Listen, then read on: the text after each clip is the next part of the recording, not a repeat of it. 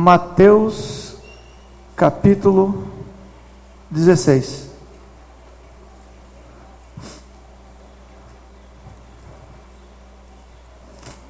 Vou tentar fugir um pouquinho do vento aqui. Aí eu vou estar lendo, irmãos, e vou estar explicando a palavra de Deus para os irmãos. Porque eu creio que a Bíblia, ela fala por si mesma, né? Quando nós honramos a Bíblia, nós honramos a Deus, e Deus fala aos nossos corações porque Ele fica feliz. Quando nós exaltamos e glorificamos a Ele através do estudo da Bíblia, da palavra de Deus. Mateus, no capítulo 16, diz assim: E chegando-se os fariseus e os saduceus para o tentarem, eles estavam desafiando o Senhor Jesus. Esses eram os líderes religiosos, né? Os líderes do povo de Deus naquela época. E eles desafiaram o Senhor Jesus e pediram-lhe que lhes mostrasse algum sinal do céu.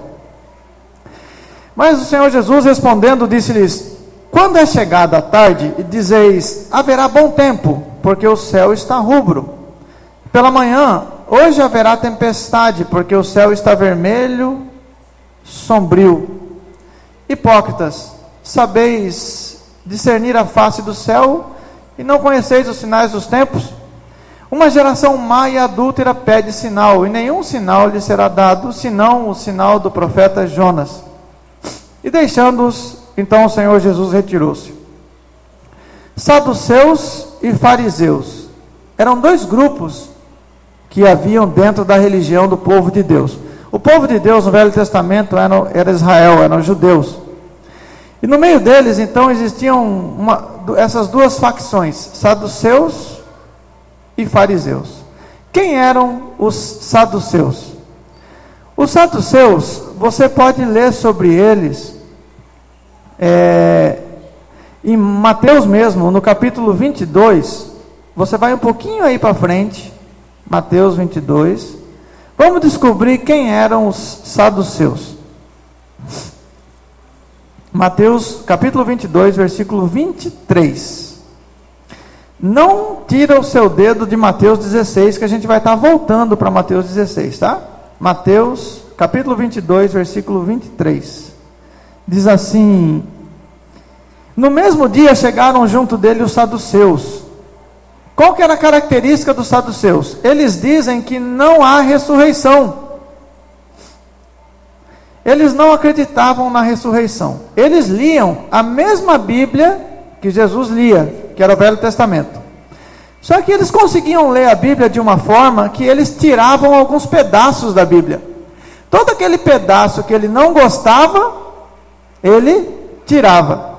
Então eles acreditavam que era bom ter uma religião que corta pedaços desagradáveis, para agradar as pessoas e para agradar eles mesmos, né? Então, como a irmã falou aqui no início, a irmã Lúcia falou sobre a porta estreita.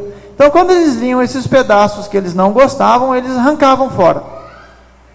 A característica, então, dos saduceus é que eles eram liberais, tá? Hoje tem muito crente querendo ser liberal também. Existiam os fariseus. Os fariseus, eles eram o contrário. Eles eram uma facção, uma ala extremamente radical. Se você olhar em Mateus, no capítulo 15, os fariseus, eles já estavam, aqui mesmo no capítulo 23, antes de voltar para o 15, vamos ver aqui no 23, como é que eram os fariseus, capítulo 23 de Mateus. Então os saduceus tiravam pedaços, né? Tudo que ele não gostava na Bíblia, ele pulava. O fariseu, ele tinha uma outra característica que era o contrário. Mateus capítulo 23, versículo 2. Jesus vai falar assim, ó: na cadeira de Moisés que é responsável pelo Velho Testamento, a parte do Pentateuco, tá? Das leis. Na cadeira de Moisés estão assentados os escribas e os fariseus. E o que eles fazem então? Todas as coisas, pois, que eles vos falam, que eles mandam vocês fazerem, que vocês observem, você pode fazer. Mas não procedais em conformidade com as obras deles, porque eles dizem e não fazem. Eles atam fardos pesados e difíceis de suportar e põem os ombros dos homens. Eles, porém, nem com os dedos querem movê-los.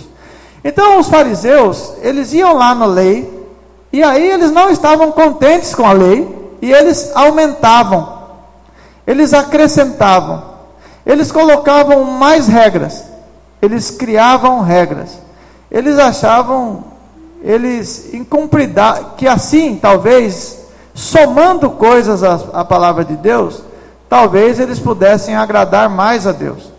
Mas o Senhor Jesus, olha aí no versículo 24, ele diz que os fariseus, eles eram condutores cegos, eles coavam um mosquito e engoliam o quê? O que está escrito aí? Versículo 24? O camelo. Eles se preocupavam com as coisas bobas e esqueciam das coisas mais importantes. Toda pessoa que tenta acrescentar coisas à palavra de Deus, dizer coisas que a palavra de Deus não diz, ele sempre incorre nesse erro, tá? De coar o mosquito e engolir o camelo. Os fariseus e os saduceus, eles eram amigos ou eles eram inimigos? Entre eles mesmos. Os liberais e os radicais. Eles eram inimigos.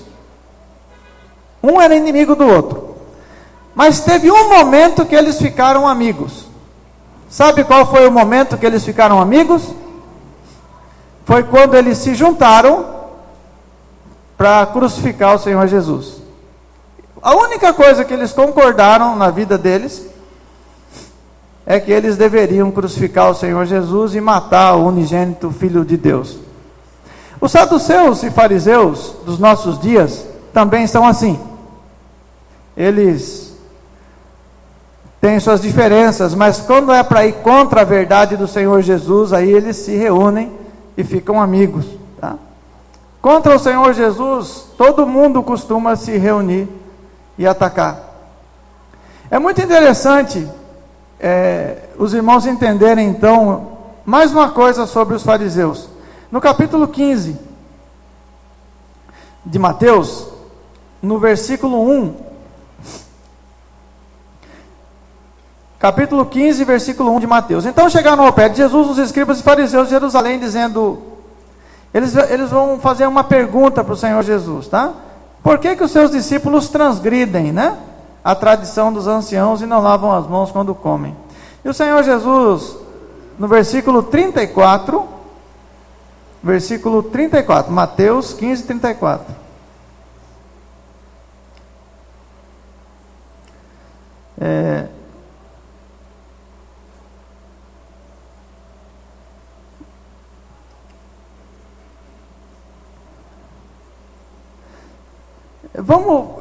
Não é o 34, é o 19, tá? O Senhor Jesus vai deixar um conselho para eles. Porque do coração procedem os maus pensamentos, morte, adultério, prostituição, furto e falso testemunho e blasfêmia. O Senhor Jesus estava dizendo para os fariseus, no versículo 18, não é o que sai da boca, mas é o que procede do coração que contamina o homem. Então, eles esqueceram de prestar atenção no próprio coração, porque eles estavam muito preocupados com regras externas. E quando a gente se preocupa muito com regras externas, a gente esquece do principal, tá? Que é o coração. Vamos lá, voltando a Mateus capítulo 16, vamos continuar a leitura no versículo 4. Uma geração má e adúltera pede sinal. Quem anda muito correndo atrás de sinal, o dia que eu ver um milagre assim eu vou crer. É uma pessoa que tem bastante dificuldade para agradar a Deus, tá? Uma geração má e adúltera pede sinal, mas nenhum sinal lhe será dado, senão o sinal do profeta Jonas. Qual é o sinal do profeta Jonas? Quem vem na escola dominical está cansado de saber, né? Qual é o sinal do profeta Jonas? Mateus capítulo 12, versículo 40. Mateus 12, 40. Sinal do profeta Jonas. Olha aí o versículo 40. Mateus 12:40. Pois como Jonas esteve 3 dias e 3 noites no ventre do grande peixe, no ventre da baleia, assim estará o Filho do Homem, quantos dias? 3 dias e 3 noites, onde? Amém. No coração da terra, no seio da terra. O que o Senhor Jesus está dizendo aqui? Qual é o sinal? O sinal é que por 3 dias e por 3 noites ele esteve morto no seio da terra, e ele é o único ser que ressuscitou e nunca mais morreu, e nunca mais vai morrer, porque ele é Deus. Então o Senhor Jesus diz: esse é o sinal, esse é o verdadeiro sinal. Se você anda correndo muito atrás de outros sinais, é porque na verdade você ainda não entendeu direito a fé. Mateus, no capítulo 16, versículo 5, e passando os seus discípulos para o outro lado, tinham esquecido de trazer pão. Eles estavam sem matula, sem marmita, né? Sem comida. Isso é bem preocupante naquela época, até porque os discípulos do Senhor Jesus eram pobres, né? Hoje parece que tem umas coisas meio diferentes aí, mas eles eram pobres naquela época. E Jesus disse-lhes: adverti e acautelai-vos do fermento dos fariseus e saduceus. Qual que era esse fermento? E eles arrazoavam entre si, eles ficavam dizendo: fermento tem a ver com pão. Fermento tem a ver com pão. Então, ele deve estar falando do fermento dos fariseus, porque nós não trouxemos pão. Estamos sem comida, sem bagagem. Mas Jesus, percebendo isso, disse: por que vocês estão discutindo aí entre vós, homens de pouca fé, sobre o não terdes trazido pão? Vocês não compreenderam ainda, nem se lembram dos 5 pães que eu multipliquei e dei para 5.000 homens? Vocês ainda não entenderam que comida não é problema para mim? Eu posso transformar pedra em pão, comida não é o problema. E de quantas alcofas vocês encheram com os pães que sobraram, depois que eu multipliquei? Versículo 10. Vocês também não lembram dos 7 pães que foram dados a 4.000 homens? E de quantos cestos levantastes do que sobrou? Como que vocês não entenderam que não vos falei a respeito desse tipo de pão, mas que vos guardasseis do fermento dos fariseus e saduceus? Então eles entenderam que ele não dissera que se guardassem do fermento do pão, mas da doutrina. Qual é a doutrina dos fariseus, irmãos? Ela ainda existe? Veja que o Senhor Jesus diz assim, acautelai-vos, guardai-vos da doutrina dos fariseus. No versículo 6, né? Acautelai-vos, guardai-vos do fermento. Por que ele diz assim, o fermento? Porque eu não sei quem já teve a oportunidade de fazer pão. O fermento, ele é bem pequeno. As doutrinas que têm invadido a igreja do Senhor Jesus, durante esses 2000 anos que ela existe, as falsas doutrinas, elas começam muito pequenas, é só um detalhe, e depois ela vai crescendo. E o Senhor Jesus disse para os discípulos que essas doutrinas, elas iriam surgir, elas sempre iriam surgir. E ele está dizendo assim, olha, cuidado com essas doutrinas estranhas, cuidado com pessoas que vão tentar somar coisas à palavra de Deus, cuidado com pessoas que vão tentar tirar partes da palavra de Deus, porque são essas duas correntes que sempre vão existir e sempre vão ser uma ameaça muito grande para a igreja. Então o Senhor Jesus, ele faz uma advertência com esse fermento, com essas doutrinas que deveriam surgir e que têm surgido. No versículo 13, olha o versículo 13. E chegando Jesus às partes de Cesareia de Filipe, interrogou os seus discípulos dizendo: quem dizem os homens lá fora, as pessoas aí da cidade, quem elas dizem que o Filho do Homem é? Filho do Homem com letra maiúscula. Então o Senhor Jesus está dizendo: quem que o povo fala que eu sou? Quem eles dizem que o Filho do Homem é? E eles disseram: tem alguns que falam que o Senhor é o João Batista, que ressuscitou, né? Que João Batista já tinha morrido nessa época. Outros dizem que o Senhor é Elias, outros dizem que o Senhor é Jeremias, ou reencarnação aí de algum dos profetas. A Bíblia não existe reencarnação, né? Então Jesus não é alguém que tinha vivido antes. E disseram-lhe aí o Senhor Jesus falou: e vocês? Perguntando para os discípulos: e vocês? Quem que vocês dizem que eu sou? Simão Pedro, né, o mais corajoso ali, o mais atirado, aquele que sempre falava primeiro, ele respondeu: tu és o Cristo, o Filho do Deus vivo.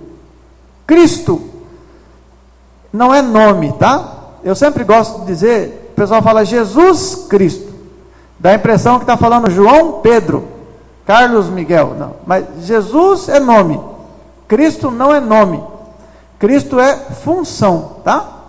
É igual se eu falo prefeito Ruiter, prefeito não é nome, é função, tá? Então quando ele disse Jesus Cristo, todo judeu sabia que Cristo era um grande libertador. Isso que significa Cristo, tá? O que liberta. Filho do Deus vivo. Filho do Deus vivo é algo diferente, porque nós somos criaturas, mas ele é filho. Há uma diferença entre ser filho e ser criatura, tá? Como criatura, nós podemos ser filhos, podemos ser adotados como filho, mas filho realmente é somente Jesus Cristo. Nós podemos ser adotados na família de Deus. E Jesus, ele disse assim: bem-aventurado és tu, Simão Barjonas. Simão Barjonas, você é um homem de sorte. Simão Barjonas, você é um homem abençoado, você é um homem muito bem-aventurado. Simão Bar, que significa filho. Jonas, ou João, que era um nome comum naquela época. Era um nome muito comum. Jesus está dizendo assim: Simão, filho de ninguém. Porque João é muito comum. O filho de João era alguém que não tinha um pai famoso, não tinha uma família famosa. Então é filho de João. Bar significa filho, e Jonas e João é a mesma raiz no grego, tá? Isso que quer dizer Simão, filho de Jonas, ou filho de João. Você é o filho do João ninguém. Não tem uma família famosa nem rica. Mas você é bem-aventurado. Você é um homem de muita sorte. Porque não foi carne, não foi a sua inteligência, não foi a sua capacidade que te deu essa revelação. Mas essa revelação, o fato de você ter entendido que eu sou o Cristo, que eu sou o Filho de Deus, foi meu Pai que te revelou isso. E no versículo 18: assim, eu também te digo que você é Petros, uma pequena pedrinha. Mas esta grande pedra, essa verdade que você entendeu, esta pedra, sobre ela eu edificarei a minha igreja, e as portas do céu não prevalecerão contra ela. Essa grande verdade, que Jesus é o Cristo, o Filho do Deus vivo, a pedra fundamental da igreja. Esse versículo, versículo 18, lá no passado, a Igreja Católica, ela lia esse versículo de uma forma errada. Porque diz assim: Pedro, porque tu és Pedro, e sobre esta pedra. É que no grego, no original, Pedro aqui é pequena pedrinha, e sobre esta pedra é uma grande pedra. É diferente, tá? Esta pedra está relacionada à verdade. No português fica tudo igual, fica Pedro, pedra, fica tudo meio misturado, mas no grego é bem diferente, tá? E o Senhor Jesus ele estava dizendo que a pedra fundamental da igreja era Ele mesmo. E durante a Idade Média, os católicos falavam que Pedro era a pedra fundamental da igreja. Então Pedro tinha direito de mandar na igreja. Aí eles começaram a falar que Pedro era o primeiro papa. Então se Pedro falava que alguém podia entrar no céu, ele entrava no céu. Se ele falava que a pessoa não ia para o céu, não ia para o céu. Aí tem umas figuras, às vezes você vê o São Pedro com uma chave grandona na mão. Vocês já viram isso aí, não? Então é porque ele tinha a chave do céu. Tem gente, hoje inventaram até a chave da cidade, né? Mas irmãos, isso aí é uma má interpretação da Bíblia, não é isso que a Bíblia diz, tá bom? Aí no versículo 19, para complicar, o Senhor Jesus fala assim: Pedro, eu te darei as chaves do reino dos céus. Olha, irmão Cir, mas então ele tem a chave. Ele tem a chave? Sabe por quê que a interpretação precisa ser correta? Por que que Pedro recebeu a chave? Porque a chave, irmãos, é justamente aquilo que o Senhor Jesus acabou de falar, a grande pedra. Qual é a grande pedra? É que Jesus é o Cristo, Filho de Deus vivo. E a chave para entrar no céu é essa pedra, é Jesus. E para a pessoa aprender sobre Jesus, ela precisa ouvir o Evangelho. Portanto, a grande chave é o Evangelho. E por que que Pedro ficou com a chave? Porque Pedro, ele foi o primeiro discípulo a pregar o Evangelho em Atos, no capítulo 2, para os judeus. E lá em Atos, no capítulo 15, o apóstolo Pedro, no capítulo 10, o apóstolo Pedro prega para os gentios. E quando chega no capítulo 15, versículo 7, Atos capítulo 15, versículo 7, o apóstolo Pedro ele vai falar uma frase sobre essa chave. Ele vai dizer assim, olha, Atos capítulo 15, versículo 7, levantou-se Pedro e disse-lhes, homens irmãos, vocês bem sabem que há muito tempo Deus me elegeu dentre vocês, no meio de vocês, no meio dos outros discípulos, para que os gentios ouvissem da minha boca a palavra do Evangelho e crescem. Então Pedro foi o primeiro pregador para os judeus e foi o primeiro pregador para os gentios. Foi o primeiro que usou a chave para o reino dos céus, que é a pregação do Evangelho. É o ensino acerca de Jesus, porque Jesus é o Cristo, o Filho do Deus vivo. E aí mesmo no versículo 19, ele diz assim, e tudo que você ligar na terra, só que aqui já é no plural, né? E tudo que ligares na terra será ligado no céu. E tudo que desligares na terra será desligado no céu. Então lá na Idade Média, um padre, por exemplo, ele ia lá no presídio, e alguém que estava condenado à morte, ele falava assim, você quer se converter? Aí a pessoa, eu quero. Aí então ele fazia ali o sinal dele e falava, agora você vai para o céu. O padre dizia que a pessoa era salva. Porque na Idade Média, os católicos acreditavam que tudo que eles ligassem na terra, como sacerdote, Deus estava obrigado a ligar no céu. Então, o sacerdote, o padre, ele tinha um poder muito grande, ele podia excomungar. Não sei se os irmãos já ouviram falar do excomungar. Alguém que era excomungado era alguém que não poderia entrar no céu. Mas esse ensino está errado, porque quando você lê aqui, e tudo o que ligares na terra será ligado no céu, o Senhor Jesus ainda está falando do Evangelho. E o Novo Testamento ainda não havia sido escrito. Ele estava sendo escrito. Então o Senhor Jesus estava dizendo aos apóstolos que tudo que eles ligassem no Novo Testamento, na Bíblia, Deus estaria honrando e ligando no céu. Isso aqui não tem nada a ver com excomungar ou abrir a porta do céu para alguém entrar, como se isso fosse um poder do homem, tá? Isso aqui está relacionado ao Evangelho. Versículo 20. Então o Senhor Jesus mandou aos seus discípulos que a ninguém dissessem que ele era Jesus o Cristo. O Senhor Jesus, ele não estava interessado nessa propaganda ainda, tá? Porque primeiro ele tinha uma missão a cumprir. Aí ele vai falar sobre a missão dele. Qual era a missão do Senhor Jesus? Eu já vi muita gente falar assim, Jesus, a missão dele era ser um exemplo, era fazer caridade. O Senhor, ele era assim, alguém para dar uma inspiração para as pessoas. Mas não é nada disso. O Senhor Jesus tinha uma missão específica. Qual era a missão específica do Senhor Jesus? Ele veio com um objetivo. Ele pode servir de inspiração, ele pode servir de exemplo, mas ele tinha uma missão específica. Ele veio com uma finalidade específica. Ele não veio para outra coisa a não ser essa missão específica.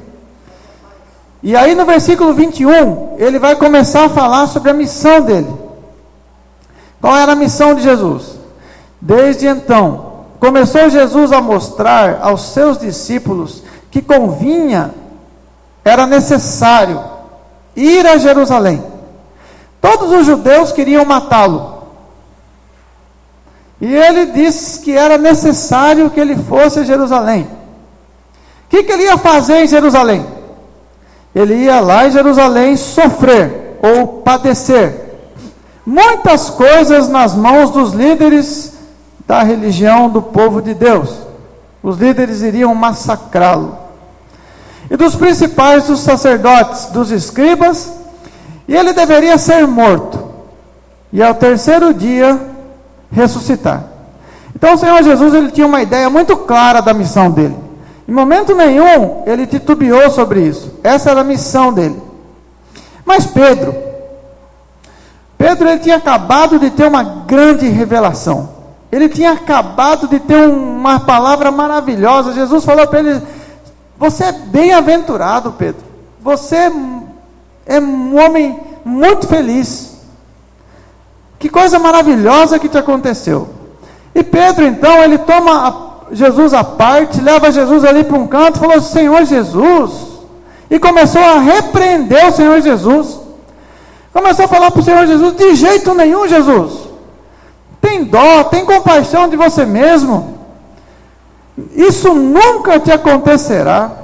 Você não pode morrer. Nós não queremos que o Senhor morra, porque o Senhor tem que ser líder aqui no mundo e fazer um grande império e fazer um grande exército para derrotar os romanos.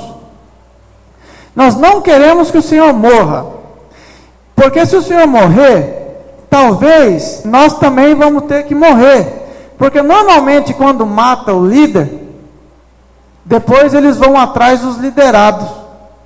Então Pedro, ele estava tendo uma previsão aqui, que talvez se matassem o Senhor Jesus, ele poderia ser o próximo da fila. Isso deixou ele muito preocupado, porque desde o início, nenhum deles estava disposto a morrer pelo Senhor Jesus. Eles queriam as bênçãos, os milagres, os pães, mas morrer pela causa do Evangelho, de jeito nenhum. E o Senhor Jesus, então, no versículo 23, olha para Pedro e diz assim, para trás de mim, Satanás. Você me serve de escândalo. Você não compreende as coisas de Deus. Você só olha para as coisas dos homens. Você só se preocupa com a opinião dos homens. Você quer grandeza no meio dos homens. Você quer fazer sucesso entre os homens. Eu ouvi falar que tem um show evangélico amanhã, que a entrada é R$60. Me corta o coração, irmãos. Vendendo o evangelho. A sua mente é carnal, é humana. Você está preocupado com os homens.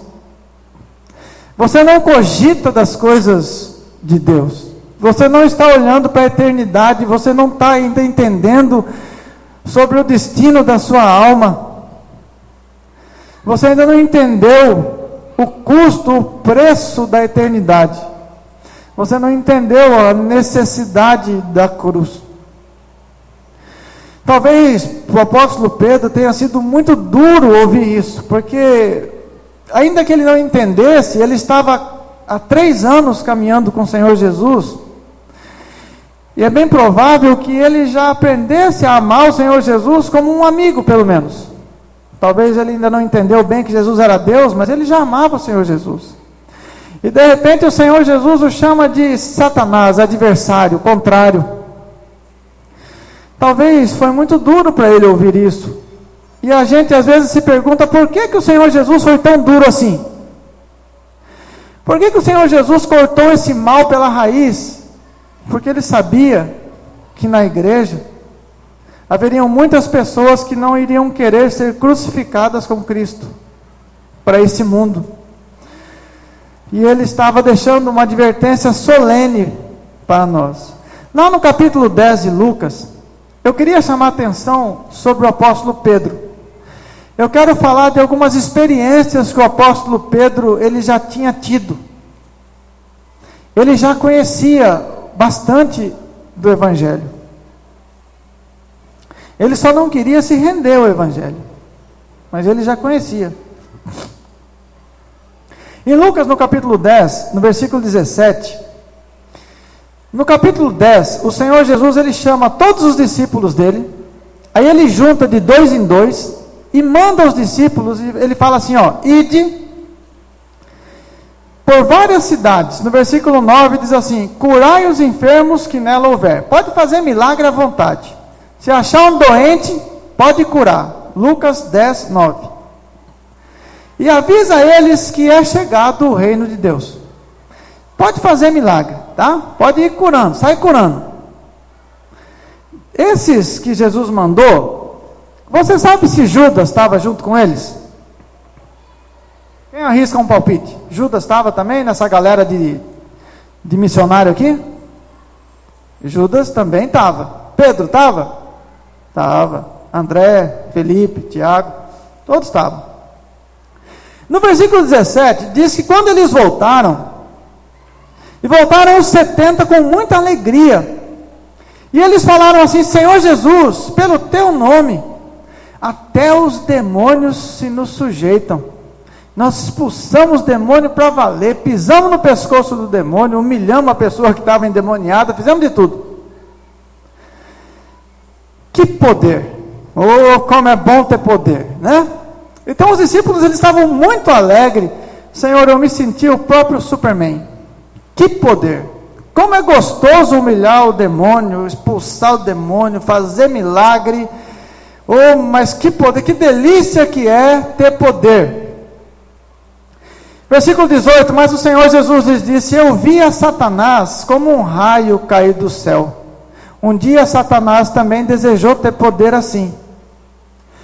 Ele se alegrou por ter poder. E eu via ele cair do céu, porque ele desejou ter tanta glória quanto Deus. Versículo 19, eis que eu vos dou o poder para pisar serpentes e escorpiões e toda a força do inimigo, e nada vos fará dano algum. Mas não é esse o motivo da sua alegria. Cuidado com o poder, porque Judas também expulsava demônio. Cuidado com isso. Versículo 20, não vos alegreis só por isso, só porque se vos sujeitam os espíritos, alegrai-vos antes, por estarem os vossos nomes escritos nos céus. Presta bem atenção de qual deve ser o verdadeiro motivo da sua alegria. Presta bem atenção. E o apóstolo Pedro, irmãos, quando você chega aqui, em Lucas mesmo, no capítulo 22, ele tem uma experiência muito incrível. Lucas, no capítulo 22, está escrito assim, o Senhor Jesus, ele convida, no versículo 24, houve uma briga entre os discípulos, porque eles queriam saber quem que era o maior, Quem que teria mais poder no reino de Deus? Quem era mais brilhante? E aí o apóstolo Pedro, ele se destaca e fala que ele nunca ia trair Jesus. Mas o Senhor Jesus, no versículo 31, disse também o Senhor Jesus: Simão, Simão, eis que Satanás os pediu para vos cirandar como trigo, e eu vou deixar. Ele vai cirandar você. Ele vai te dar uma coça. Ele vai te arrebentar. No versículo 32, mas eu roguei por ti, para que a tua fé não seja destruída, não acabe. Porque quando passar essa tribulação, quando passar essa tentação, quando passar esse período que Satanás estiver arrebentando com você, e quando você se converter, você vai poder confirmar e ajudar os teus irmãos. Ele estava com Jesus há 3 anos. Ele tinha expulsado demônios, ele tinha feito milagres. Ele só não era convertido. Detalhe. Eu não sei se os irmãos entendem isso. Porque eu tenho visto que as pessoas não entenderam bem conversão. Eu também não. E eu passei a lutar muito, irmãos, com o sentido de conversão. Novo nascimento. Conversão. E nós precisamos atentar muito para isso, porque pelo fato de não ser convertido ainda, apesar de já estar andando com o Senhor Jesus, o apóstolo Pedro, quando ouviu falar da cruz, ele ficou muito assustado. E ele começou até a repreender o Senhor Jesus. E quando você volta aqui em Mateus, no capítulo 16, Mateus capítulo 16, no versículo 23, Mateus 16, 23. O Senhor Jesus, então, ele vai dizer para o apóstolo Pedro: olha, Pedro, você pensa ainda de uma forma muito humana. Os seus valores de sucesso são valores humanos. Os seus valores de reino são valores humanos. Você ainda não entendeu que a mente de Deus, ela é oposta a tudo isso que nós consideramos importante nesse mundo. No versículo 24, então disse Jesus aos seus discípulos: se vocês e alguém quiser vir após mim, ele tem que renunciar a si mesmo. Ele não pode se preocupar com os próprios sonhos, com as próprias realizações, com os próprios princípios de sucesso. Ele deve renunciar a si mesmo. E ele deve tomar a sua cruz todos os dias e seguir-me. Porque a cruz, ela mata o eu, ela mata o ego, ela mata o interesse próprio. Aquele que quiser vir, que quiser salvar a sua vida, aquele que quiser viver bem nesse mundo, aquele que quiser curtir a vida nesse mundo, aquele que quiser salvar a sua vida, perdê-la-á. Vai perder, não tem jeito, vai perder. Vai passar a eternidade no inferno. Mas quem perder a sua vida por amor de mim, vai guardá-la, vai achá-la, vai viver a eternidade junto comigo. Versículo 26. Pois que aproveita o homem ganhar o mundo inteiro? Ganhar dinheiro, construir palácio, grandes heranças e fortunas, e perder a sua alma. O que dará o homem em recompensa da sua alma? O que vale uma alma? Quanto vale uma alma? Quanto vale? No passado, irmãos,